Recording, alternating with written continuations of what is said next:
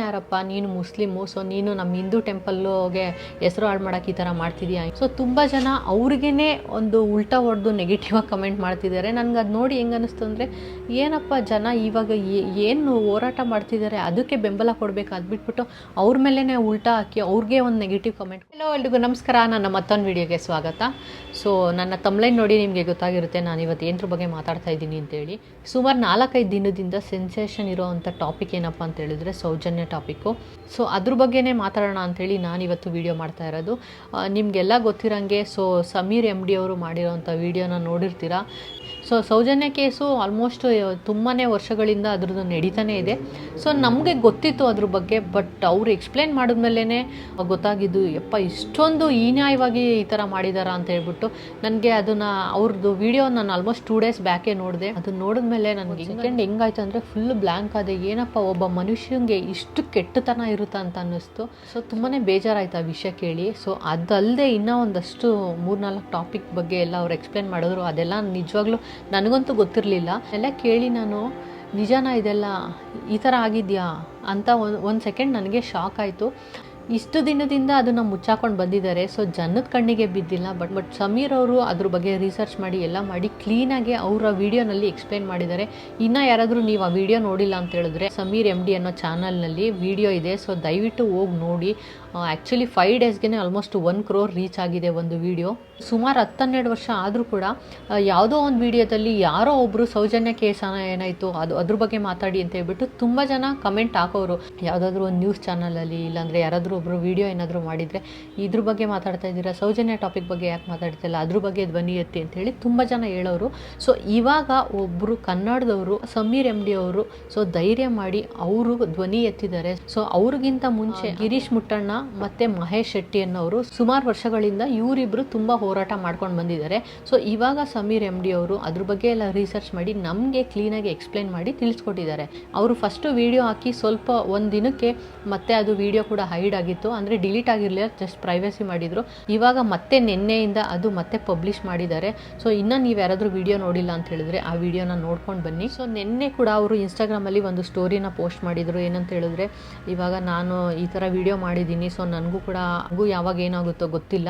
So ಆದಷ್ಟು ನಮ್ಮ Kannada community ಎಲ್ಲ ಒಂದಾಗಿ, ಕನ್ನಡ ಯೂಟ್ಯೂಬರ್ಸ್ ಆಗಿರ್ಬೋದು ಮತ್ತು ಕಂಟೆಂಟ್ ಕ್ರಿಯೇಟರ್ಸ್ ಆಗಿರ್ಬೋದು, ಸೊ ಎಲ್ಲರೂ ಜೊತೆಗೆ ನಿಂತ್ಕೊಂಡು ವಾಯ್ಸ್ ರೈಸ್ ಮಾಡಬೇಕು ಅಂತ ಹೇಳ್ಬಿಟ್ಟು ಒಂದು ಸ್ಟೋರಿನ ಶೇರ್ ಮಾಡಿದರು. ಸೊ ಅದೇ ರೀಸನ್ಗೆ ನಾನು ಕೂಡ ಒಂದು ವಿಡಿಯೋ ಮಾಡಬೇಕಂತ ಹೇಳಿ ನಾನು ಡಿಸೈಡ್ ಮಾಡಿದ್ದು. ಸೊ ತುಂಬ ಜನ ಅವ್ರಿಗೇ ಒಂದು ಉಲ್ಟಾ ಹೊಡೆದು ನೆಗೆಟಿವ್ ಆಗಿ ಕಮೆಂಟ್ ಮಾಡ್ತಿದ್ದಾರೆ. ನನಗೆ ಅದು ನೋಡಿ ಹೆಂಗೆ ಅನ್ನಿಸ್ತು ಅಂದರೆ, ಏನಪ್ಪ ಜನ ಇವಾಗ ಏನು ಹೋರಾಟ ಮಾಡ್ತಿದ್ದಾರೆ ಅದಕ್ಕೆ ಬೆಂಬಲ ಕೊಡಬೇಕು, ಅದು ಬಿಟ್ಬಿಟ್ಟು ಅವ್ರ ಮೇಲೇ ಉಲ್ಟಾ ಹಾಕಿ ಅವ್ರಿಗೆ ಒಂದು ನೆಗೆಟಿವ್ ಕಮೆಂಟ್ ಕೊಡ್ತಿದ್ದಾರೆ. ನಾನು 1-2 ಕಮೆಂಟ್ಸ್ ನೋಡಿದೆ. ಅದರಲ್ಲಿ ಏನು ಹೇಳಿದರು ಅಂದರೆ, ಯಾರಪ್ಪ ನೀನು ಮುಸ್ಲಿಮು, ಸೊ ನೀನು ನಮ್ಮ ಹಿಂದೂ ಟೆಂಪಲ್ಗೆ ಹೆಸರು ಹಾಳು ಮಾಡೋಕೆ ಈ ಥರ ಮಾಡ್ತಿದ್ಯಾ, ಹಿಂಗೆ ಅಂತೆಲ್ಲ ಹೇಳಿದರು. ಅವ್ರು ಎಲ್ಲೂ ಕೂಡ ನಿಮಗೆ ಧರ್ಮಸ್ಥಳ ಹೋಗಬೇಡಿ, ಇಲ್ಲ ಮಂಜುನಾಥ ಸ್ವಾಮಿ ದೇವಸ್ಥಾನದ ಬಗ್ಗೆ ಆಗಿರ್ಬೋದು, ಇಲ್ಲ ದೇವ್ರ ಬಗ್ಗೆ ಆಗಿರ್ಬೋದು, ಎಲ್ಲೂ ಕೂಡ ಅವರು ಏನು ಕೆಟ್ಟದಾಗಿ ಮಾತಾಡಿಲ್ಲ. ಅವ್ರು ಮಾತಾಡೋದು ಜಸ್ಟ್ ಈ ಕೇಸ್ ಬಗ್ಗೆ ಮಾತಾಡಿದ್ದಾರೆ ಅಷ್ಟೇ. ಇವಾಗ ಪೂಜಾರಿ ಕೆಟ್ಟವನಂತ ನಾವು ದೇವಸ್ಥಾನಕ್ಕೆ ಹೋಗೋದು ಬಿಡೋಕ್ಕಾಗುತ್ತಾ? ಸೊ ಇಲ್ಲ ತಾನೇ. ಅವ್ರು ಇವಾಗ ಮುಸ್ಲಿಮ್ ಆಗಿರ್ಬೋದು, ಹಿಂದೂ ಆಗಿರ್ಬೋದು, ಇಲ್ಲ ಇನ್ನೊಂದು ಯಾವುದೋ ಧರ್ಮ ಆಗಿರ್ಬೋದು, ಸೊ ಎಲ್ಲರ ಮನೆ ಹೆಣ್ಮಕ್ಳು ಒಂದೇ ಅಲ್ವಾ? ಸೊ ಇದರಲ್ಲಿ ನೀವು ಜಾತಿ ಭೇದ ಮಾಡಿಕೊಂಡು ಅವ್ರಿಗೆ ಒಂದು ನೆಗೆಟಿವ್ ಕಮೆಂಟ್ ಮಾಡೋದು ನನಗೆ ಯಾಕೋ ಸರಿ ಅಂತ ಅನಿಸಿಲ್ಲ. ಇನ್ನೂ ಕೆಲವ್ರು ಏನಂತ ಮಾಡಿದರು, ಇದೇನು ಇದೊಂದೇನಾ ಸೌಜನ್ಯ ಕೇಸ, ಇಂಥವು 1000 ಆಗ್ತವೆ, ನೀನು ಇದನ್ನೇ ಏನಕ್ಕೆ ತೊಗೊಂಡಿದ್ಯಾ, ಹಂಗೆ ಹಿಂಗೆ ನೀನು ಜಸ್ಟು ಅದು ಮಾಡ್ತಿದ್ಯಾ ಇದು ಮಾಡ್ತಿದ್ಯಾ ಅಂತ ಏನೇನೋ ಹೇಳಿದರು. ಹೌದು 1000 ನಡೀತವೆ, ಬಟ್ ಈ ದೊಡ್ಡವರಿಂದ ಏನಾಗುತ್ತೆ, ಕೆಲವು ಕೇಸಸ್ ಹಂಗೆ ಮುಚ್ಚೋಗುತ್ತೆ. ನಾವು ಆ್ಯಕ್ಚುಲಿ ಈ ವಾಯ್ಸ್ ರೈಸ್ ಮಾಡಿದ್ರೆ ಎಲ್ಲದಕ್ಕೂ ವಾಯ್ಸ್ ಸೊ ಅದೊಂದೇ ಕೇಸ್ಗೆ ಅಂತಲ್ಲ, ಅವ್ರ ಪೇಜ್ನ ನೀವು ಚೆಕ್ ಮಾಡಿದ್ರೆ ಎಷ್ಟೊಂದು ಇದೇ ಥರ ಟಾಪಿಕ್ಸ್ ಬಗ್ಗೆ ಅವರು ತುಂಬಾ ರಿಸರ್ಚ್ ಮಾಡಿ ಅದ್ರ ಬಗ್ಗೆ ಕೂಡ ವಾಯ್ಸ್ ರೈಸ್ ಮಾಡಿದ್ದಾರೆ. ಇದೊಂದೇ ಟಾಪಿಕ್ ತೊಗೊಂಡು ಅವ್ರು ಏನೋ ಅವ್ರ ಲಾಭಕ್ಕೆ ಮಾಡ್ಕೊಂಡಿರೋದಂತ ಅಲ್ಲ. ಆಲ್ಮೋಸ್ಟ್ ಇವಾಗ ಪೊಲೀಸು CBIಗೆಲ್ಲ ಕೊಟ್ಟು ಎಲ್ಲ ಆಗೋಗಿದೆ. ಬಟ್ ಅವ್ರ ಹತ್ರ ಏನೂ ಸಾಕ್ಷಿ ಇಲ್ಲ, ಯಾವುದೇ ಒಂದೇ ಒಂದು ಸಾಕ್ಷಿ ಕೂಡ ಉಳಿಸಿಲ್ಲ. ಸೊ ಈ ಕೇಸಲ್ಲಿ ಏನಾಯಿತು ಅಂತ ಹೇಳಿದ್ರೆ, ಯಾರೋ ಒಬ್ಬ ಅಮಾಯಕ, ಮೆಂಟಲಿ ಇಲ್ಲ, ಅವ್ನಿಗೆ ಏನೂ ಗೊತ್ತಿಲ್ಲ ಅಂಥವ್ನಿಗೆ ಆಲ್ಮೋಸ್ಟ್ 7-8 ವರ್ಷ ಜೈಲಲ್ಲಿದ್ದು ಅವ್ರ ಅಪ್ಪ ಅಮ್ಮ ಕೂಡ ಅದೇ ಇದರಲ್ಲಿ ಕೊರಗಿ ಅವರು ಕೂಡ ತೀರ್ಕೊಂಡಿದ್ದಾರೆ. ಸೊ ಇಲ್ಲಿ ಅನ್ಯಾಯ ಆಗಿದ್ದೆ ಯಾರಿಗೆ, 2 ಬಡ ಕುಟುಂಬಕ್ಕೆ ಆಗಿದ್ದು.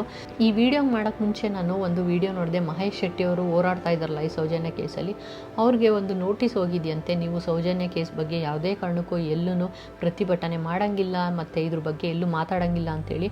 ಅದೇ ಕೇಸ್ ಬಗ್ಗೆ ಎಲ್ಲ, ಅದೇ ಥರ ಯಾವುದೇ ಕೇಸ್ ಆಗಿದ್ರು ಕೂಡ ನೀವು ಅದ್ರ ಬಗ್ಗೆ ಮಾತಾಡೋಂಗಿಲ್ಲ ಅಂತ ಅವ್ರಿಗೆ ನೋಟಿಸ್ ಹೋಗಿದೆಯಂತೆ. ಜಸ್ಟ್ ಇವಾಗ ನೋಡಿದೆ ನಾನು ವಿಡಿಯೋನ. ಸೊ ಅಲ್ಲೊಬ್ಬರು ಪೊಲೀಸ್ ಬಂದಿದ್ದರು, ಅವ್ರು ಬಂದು ಅವ್ರಿಗೆ ಎಕ್ಸ್ಪ್ಲೇನ್ ಮಾಡ್ತಿದ್ರು, ನಿಮಗೆ ನೋಟಿಸ್ ಬಂದಿದೆ, ನೀವು ಇದನ್ನು ಮಾತಾಡೋಂಗಿಲ್ಲ ಅಂತೇಳಿ. ಸೊ ನಮ್ಮ ಕಾನೂನೇ ಈ ಥರ ಇದೆ ಅಂತ ಹೇಳಿದ್ರೆ ಏನು ಮಾಡೋಕ್ಕಾಗುತ್ತೆ? ದೊಡ್ಡ ಜನಗಳ ಪವರ್ಸಿಂದ ಈ ಥರ ನಡೀತಾ ಇದೆ.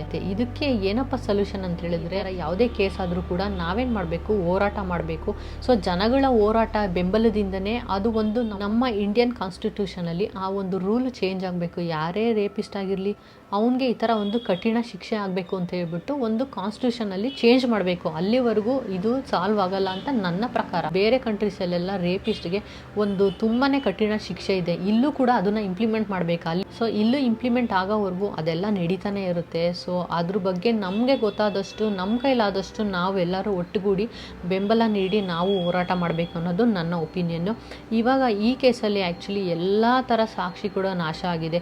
ಈವನ್ CBI ಕೊಟ್ಟರು ಕೂಡ ಅವರು ಎಲ್ಲ ತನಿಖೆ ಮಾಡಿ ಅಲ್ಲೂ ಕೂಡ ಏನು ಸಿಗ್ದಲೆ ಒಂಥರ ನ್ಯೂಟ್ರಲ್ ಆಗಿಬಿಟ್ಟಿದೆ. ಸೊ ಯಾರು ತಪ್ಪು ಮಾಡಿದ್ದಾರೆ, ಏನು ಮಾಡಿದ್ದಾರೆ ಎಲ್ಲರಿಗೂ ಗೊತ್ತಾಗಿದೆ, ಬಟ್ ಸಾಕ್ಷಿ ಇಲ್ಲ ಅವ್ರಿಗೆ ಶಿಕ್ಷೆ ಕೊಡೋದಕ್ಕೆ. ಸೊ ಸಾಕ್ಷಿ ಇರೋದು ದೇವ್ರೊಬ್ಬನೇ. ಸೊ ದೇವ್ರೊಬ್ಬನೇ ನೋಡ್ಕೋಬೇಕು.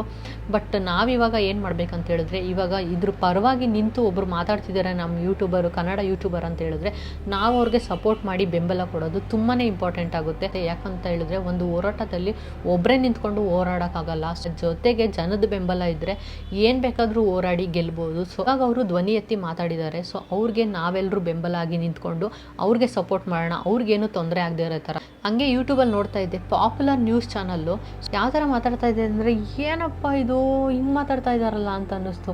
ಅವ್ರು ಯಾವ ಥರ ಮಾತಾಡ್ತಾ ಇದ್ದಾರೆ ಅಂತ ಹೇಳಿದರೆ, ಈ ಸಮೀರ್ MD ಅವರು ಒಂದು ಹಿಂದೂ ದೇವಸ್ಥಾನಕ್ಕೆ ಏನೋ ಒಂದು ಅವಹೇಳನಕಾರಿ ಮಾಡ್ತಾ ಇದ್ದಾರೆ ಅನ್ನೋ ಥರ ಮಾತಾಡ್ತಾ ಇದ್ದಾರೆ. ನ್ಯೂಸ್ ಚಾನಲ್ ಅವ್ರು ಹೆಂಗೆ ಅಂತ ಹೇಳಿದ್ರೆ, ಸಣ್ಣ ಪುಟ್ಟ ಬಡವ್ರ ಮನೆಯದನ್ನ ಹೈಲೈಟ್ ಮಾಡಿ ತೋರಿಸ್ತಾರೆ. ಈಗ ದೊಡ್ಡವ್ರ ಮನೇಲಿ ಏನಾದರೂ ಆಗಿದ್ರೆ ಅದನ್ನು ಇವರು ನ್ಯೂಸ್ ಚಾನಲಲ್ಲಿ ಪ್ರಚಾರ ಮಾಡೋಕ್ಕೆ ಅವ್ರ ಕೈಲಿ ಆಗಲ್ಲ. ಸೊ ಇಂಥವ್ರು ಯಾರಾದರೂ ಸಣ್ಣ ಪುಟ್ಟವರು ನಿಂತ್ಕೊಂಡು ಹೋರಾಡಿದ್ರೆ, ಸೊ ನೀನು ಸರಿ ಇಲ್ಲ, ನೀನು ಹಂಗೆ, ನೀನು ಹಿಂಗೆ ಇದು ಮಾಡ್ತಿದ್ಯಾ ಅದು ಮಾಡ್ತಿದ್ಯಾ ಅಂತ ಹೇಳ್ತಾರೆ. ಫಸ್ಟ್ ಆಫ್ ಆಲ್ ನಮ್ಮ ಕನ್ನಡ ನ್ಯೂಸ್ ಚಾನಲ್ಲೇ ಸರಿ ಇಲ್ಲ ಫಸ್ಟ್ ಆಫ್ ಆಲು. ಸೊ ನಂಗೆ ನೋಡಿ ತುಂಬಾ ಬೇಜಾರಾಯಿತು. ಯೂಶ್ವಲಿ ನಾನು ನ್ಯೂಸ್ ನೋಡಲ್ಲ, ಬಟ್ ನಾನು ಯೂಟ್ಯೂಬಲ್ಲಿ ಸ್ಕ್ರಾಲ್ ಮಾಡಬೇಕಾದ್ರೆ ನೋಡಿ ನನಗಂತೂ ಬೇಜಾರಾಗೋಯ್ತು. ನಮ್ಮ ನ್ಯೂಸ್ ಚಾನಲ್ ಅವ್ರು ಏನಪ್ಪ ಇಷ್ಟು ಕೆಟ್ಟದವ್ರ, ಈ ಥರ ಯಾರೋ ಒಬ್ಬ ನಿಂತ್ಕೊಂಡು ಹೋರಾಟ ಮಾಡ್ತಿದ್ದಾನೆ ಅಂತ ಹೇಳಿದ್ರೆ ಅವ್ನಿಗೆ ಸಪೋರ್ಟ್ ಮಾಡೋದು ಬಿಟ್ಟು ಈ ಥರ ಅವ್ನಿಗೇನೆ ಉಲ್ಟಾ ಹೊಡಿತಾ ಇದ್ದಾರಲ್ಲ ಅಂತ ಅನ್ನಿಸ್ತು. ಇಂಥ ದೊಡ್ಡ ಕೇಸಲ್ಲಿ ನಿಜವಾಗ್ಲೂ ನಾವು ಕಾಮನ್ ಪರ್ಸನ್ ಆಗಿ ನಮ್ಮ ಕೈಲಿ ಏನೂ ಮಾಡೋಕ್ಕಾಗಲ್ಲ. ಬಟ್ ಏನು ಮಾಡ್ಬೋದು ಅಂತ ಹೇಳಿದರೆ, ಇವಾಗ ಯಾರು ಧ್ವನಿ ಎತ್ತಿದಾರೋ ಅವ್ರ ಪರವಾಗಿ ನಾವು ಅವ್ರ ಜೊತೆಗೆ ಕೈ ಜೋಡಿಸಿ ಅವ್ರಿಗೆ ಬೆಂಬಲ ನೀಡೋದು ಒಂದೇ ದಾರಿ ಇರೋದು. ಸೊ ನೋಡೋಣ, ದೇವ್ರಿದ್ದಾನೆ. ಸೊ ಏನು ಶಿಕ್ಷೆ ಕೊಡಬೇಕು ಅದನ್ನು ಕೊಡ್ತಾನೆ. ಕಲಿಯುಗದಲ್ಲಿ ನಾವು ಮಾಡಿ ತಪ್ಪು ರೊಟ್ಟಿ ಮಗ್ಚಾಕ್ತಂಗೆ, ಸೊ ವಾಪಸ್ ನಮ್ಗೆ ಅಲ್ಲೇ ತಿರುಗಿ ಬಾಣ ಬೀಳುತ್ತೆ.